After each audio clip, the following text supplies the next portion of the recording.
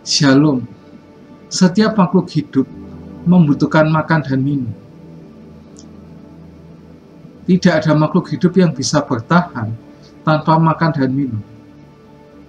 Tanpa kita sadari bahwa semua yang kita butuhkan adalah pemberian Tuhan. Kita baca dalam Pengkhotbah 3 ayat yang 13. Pengkhotbah 3 ayat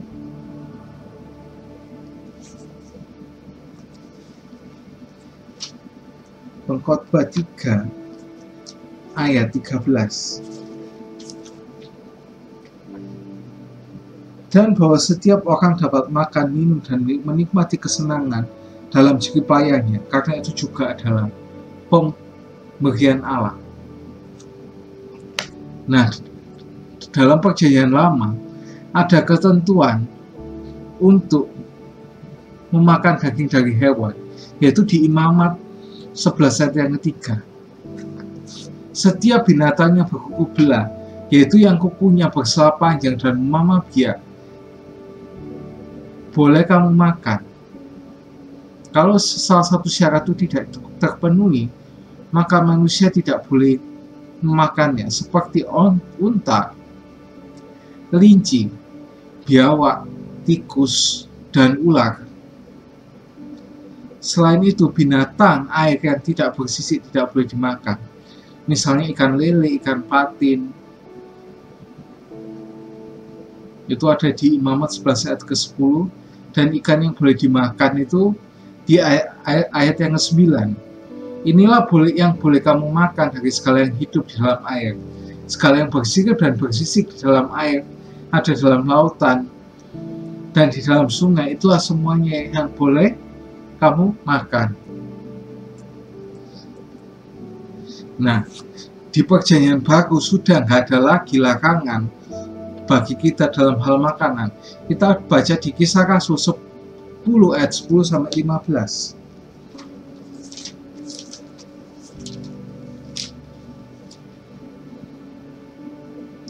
Ia merasa lapar dan ingin makan, tetapi sementara makanan disediakan, tiba-tiba rohnya diliputi kuasa ilahi.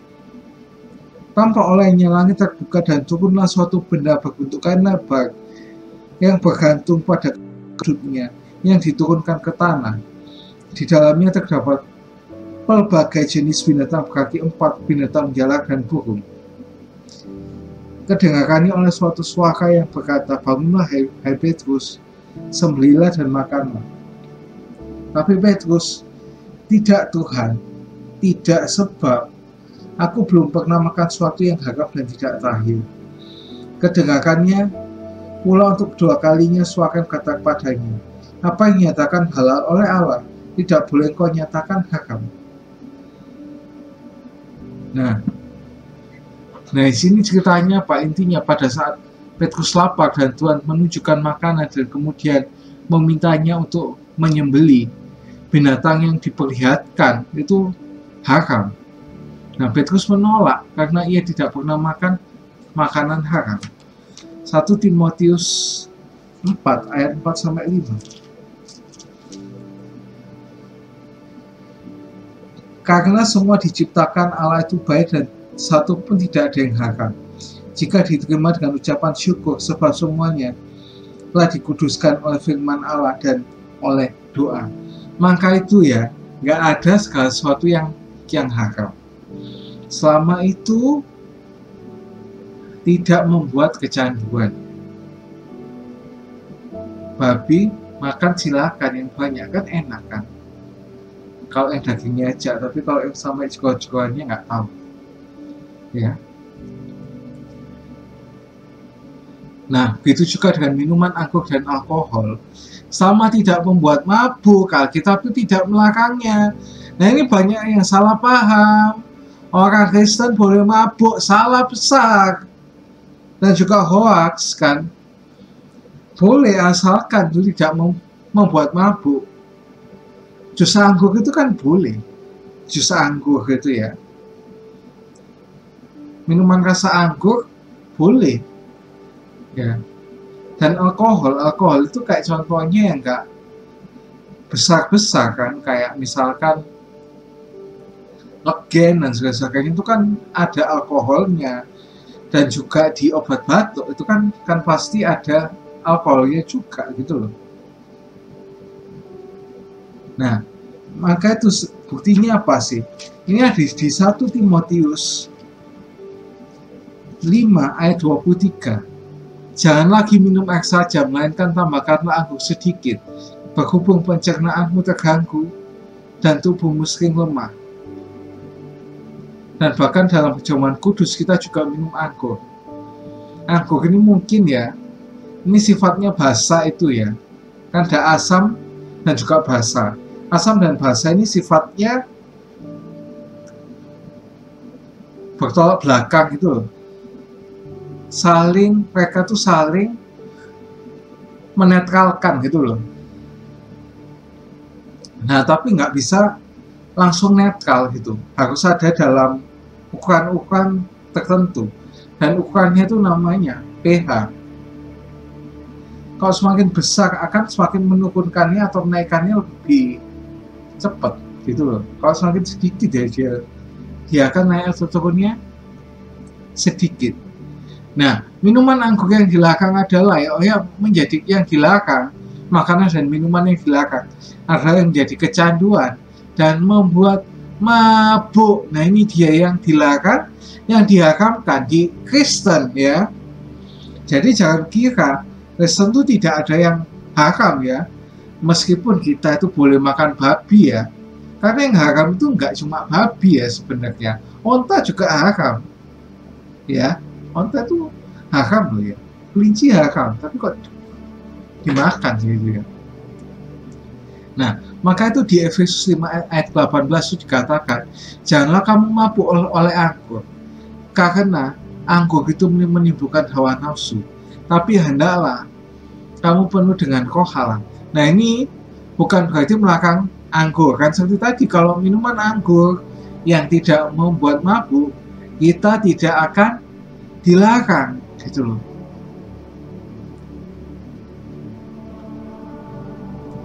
Iya.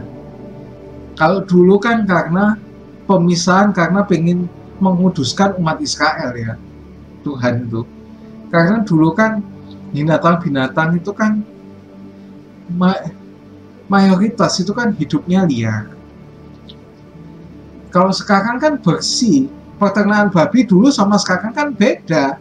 Dulu itu kotor, babi sering main lumpur, yang banyak cacing pitanya. Kalau sekarang kan enggak, pertanyaannya kan bersih pasti. Ya, apalagi buat dimakan untuk restoran-restoran yang mahal-mahal, masa dikasih yang begitu, yang kotor. Nah, ini akibatnya terlalu mabuk itu seperti Nuh ya. Di Kejadian 9 ayat yang ke-21. Setelah ia minum anggur, mabuklah dia dan melanjang di dalam kemahnya. Ya. Nah, apa sih yang kita perlu perhatikan? Biarpun sekarang kita bisa makan dan minum apa saja, ya, walaupun kita tuh boleh makan apa aja, karena apa yang sebenarnya yang keluar dari mulut itulah yang haram. Terkadang ada yang haram, ada yang enggak, tapi yang masuk itu nggak ada yang dilarang. Yang keluar dari mulut kayak melecehkan orang lain, mengejek orang lain, mengutuk bangsa lain, nah itu yang tidak boleh ya. Bukan karena makan babi. Kalau mengutuk bangsa lain itu yang tidak boleh ya. Nah, tapi apa hal yang kita perlu perhatikan? Yang pertama, yaitu apakah makanan dan minuman yang kita konsumsi itu menjadi batu sandungan atau tidak bagi saudara kita, atau bahkan mencelakai diri kita sendiri. Seperti yang dikatakan di 1 Korintus 8 ayat 8-13. Makanan tidak membawa kita lebih dekat kepada Allah. Kita tidak rugi apa-apa kalau tidak makan, dan kita tidak untung apa-apa kalau kita makan. Tapi janganlah supaya kebiasaan ini Iya, di batu sandungan bagi mereka yang lemah. Lemah di sini itu lemah imannya. Karena apabila orang melihat engkau yang punya pengetahuan sedang duduk makan di kuil berhala, bukankah orang yang lemah hatinya itu dikuatkan untuk makan daging persembahan berhala? Dengan jalan yang demikian, orang yang lemah itu saudaramu yang untuknya Kristus telah mati menjadi binasa. Karena pengetahuanmu itu, jika engkau secara demikian berdosa terhadap saudara-saudaramu dan melukai hati mereka yang lemah, pada engkau hakikatnya berdosa terhadap Kristus. Karena apabila makanan itu menjadi batu sandungan bagi saudaraku, aku untuk selama-lamanya tidak mau makan daging lagi, supaya aku tidak menjadi batu sandungan bagi saudaraku. Nah, ini selain itu, di Yesaya 5 ayat yang ke-22.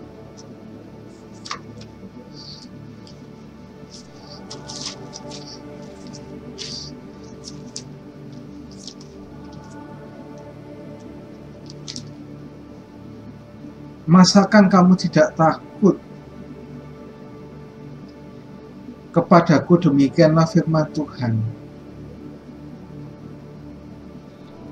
Oh, Yesaya maksud. Yesaya 5 ayat yang ke-22, makanya kok beda konteksnya. Celakalah mereka menjadi jago minum dan juara dalam mencampur minuman keras, ya. Makanya ini sampai ada lagu ya, yang dulu viral karena joget, yang sekarang dipopulerkan ulang sama Denny Caknan, ya kan? Tutupan botol. Nah, itu kan oplosan, itu kan minuman keras campuran dari minuman energi, dari alkohol medis, hand sanitizer, kadang obat tetes mata, dicampur semuanya. Maka itu mereka bisa meninggal karena minuman keras itu. Kan banyak kan di berita-berita tuh orang yang habis minum oplosan masuk rumah sakit akhirnya meninggal. Dan kalaupun mereka nggak meninggal pun, dia bisa bisa kehilangan penglihatan dan lain sebagainya. Nah, mabuk ini juga yang utama penyebab dosa. Kan banyak kan di sini penyebab dosa-dosa, seperti akhirnya itu merampok, dan juga bahkan dosa seksual, seperti kayak begal payudara, sampai pencabulan baik korbannya itu hidup ataupun meninggal dan sebagainya. Kita baca di Habakuk 2 ayat yang 15. Habakuk 2 ayat yang 15. Celakalah orang yang memberi minum samanya manusia bercampur amarah, bahkan memabukkan dia untuk memandang auratnya. Nah, ini sikap kita apakah yang harus kita lakukan kalau kita makan minum yang dipersembahkan di berhala itu? Di 1 Korintus 10 ayat 27 sampai 33. 10 ayat 27 sampai 33.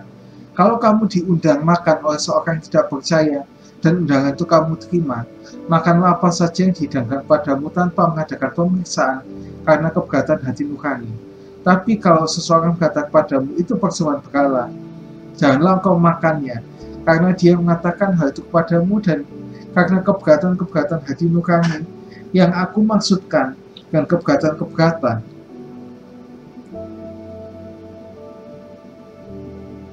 bukanlah keberatan hati nurani sendiri, tapi keberatan hati nurani orang lain.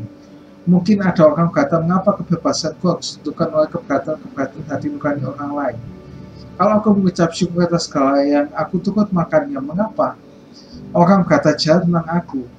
Karena makanan yang atasnya aku mengucap syukur. Aku menjawab, Jika engkau makan atau minum, jika engkau melakukan sesuatu yang lain, lakukanlah semuanya itu untuk kemuliaan Allah. Janganlah kamu menimbulkan syak dalam hati orang, baik orang Yahudi atau orang Yunani maupun jemaat Allah. Sama seperti aku yang berusaha menyenangkan hati semua orang dalam segala hal, bukan untuk kepentingan diriku, tapi untuk kepentingan orang banyak, supaya mereka selamat. Nah, sikap kita tuh kalau kita nggak tahu, kita tiba-tiba disodori, nggak diomongin apa-apa, makan aja nggak apa-apa. Tapi kalau orangnya ngomong, itu tuh habis dipersembahkan ke leluhur, ke kokohnya mereka, dan sebagainya, itu ya lebih baik jangan dimakan kalau kamu syak. Gitu. Yang kedua apa? Kan tadi yang pertama kan, apakah makanan itu bisa menjadi batu sandungan bagi saudara kita atau berancam mencelakai diri kita sendiri? Yang kedua ini, tidak semua makanan itu berguna bagi tubuh kita. Kita baca di Korintus 6 ayat yang 12. Segala sesuatu itu baik bagiku, tapi bukan semuanya berguna. Biarpun diberi kebebasan, kita mengkonsumsi apa yang kita mau, kita juga harus perhatikan apa yang kita konsumsi, apakah berguna bagi tubuh kita.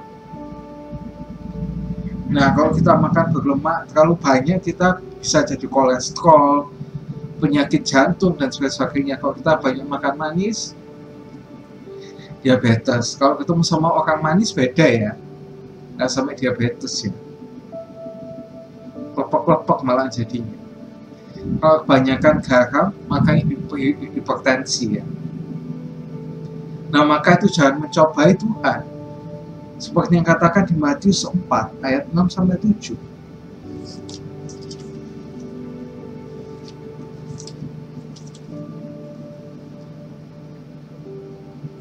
Lalu berkata kepadanya, jika engkau anak Allah, jatuhkanlah dirimu ke bawah, sebab ada yang tertulis mengenai engkau, ia akan memerintahkan malaikatnya dan mereka akan menantang engkau di atas tangannya, supaya kakimu jangan terkantuk batu. Yesus berkata, ada pula tertulis, jangan pula mencobai Tuhan Allahmu.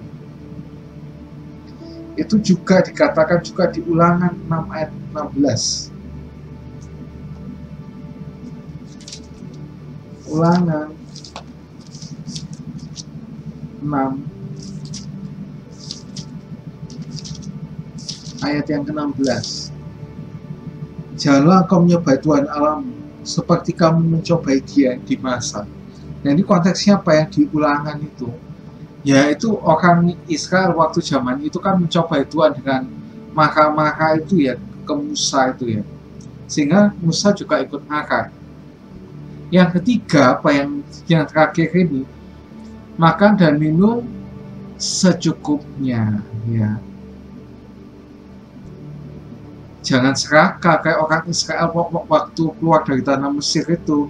Begitu dia bosan makan, mereka bosan makan mana, mereka langsung minta kayak ke Musa supaya mereka kasih daging. Musa minta ke Tuhan kasih daging, dikasih. Mereka malah ngambilnya dengan serakah, ngambil burung puyuh. Sampai-sampai waktu burung puyuhnya bulunya masih nempel, dimakanlah semua, dimasukin ke mulut. Pada akhirnya mereka sekat akhirnya nggak bisa nafas, meninggoy langsung di situ ya. Nah, maka itu di Amsal 25 ayat 16 itu dikatakan apa? Amsal 25 ayat 16. Kalau engkau mendapatkan madu, makanlah secukupnya, jangan sampai engkau terlalu kenyang dengan itu lalu memuntahkannya. Jadi kita memang sih bisa makan semuanya, tapi jangan sampai itu jadi batu sandungan bagi saudara kita. Jangan mencelakai diri kita sendiri, jangan sampai itu merusak kesehatan kita.